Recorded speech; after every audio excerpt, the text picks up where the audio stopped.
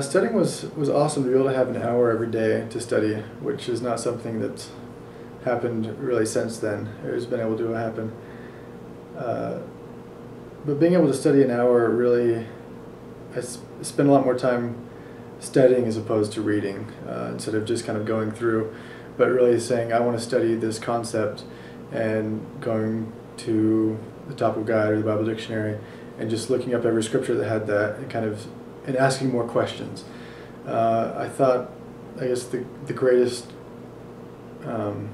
study help I just had this little binder or notebook that I kept, and anytime something came up or I'd think about something, I would, instead of just saying like, oh yeah, I've heard about faith, I know about that, I would just ask, I would say, what do I don't know about faith, or what do I, just start asking questions. And then with those questions I would just write out on get a new page every time I had a question, write down the question, and then maybe I wouldn't get back to that question for a week or a month or so.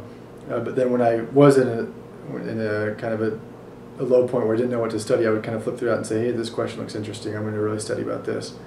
So it's just about asking questions all the time and realizing that, yeah, I went to seminary, yeah, I know a lot of kind of the basic church things that they teach, but do I really understand it? Do I understand it enough that I consider myself to own the topic, that I can really explain it simply or embellish on the topic if I need to, if somebody has a question about it?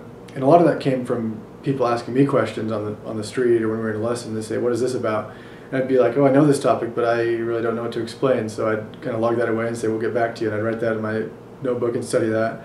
So it's just a lot about asking questions, I thought. And kind of, even if I wasn't going to kind of research that at the moment, but just keeping questions and continuing to write them down, and then over time going back and kind of really trying to find and own a question so I can really feel comfortable explaining to somebody else, if they had that question, what my opinions were on it.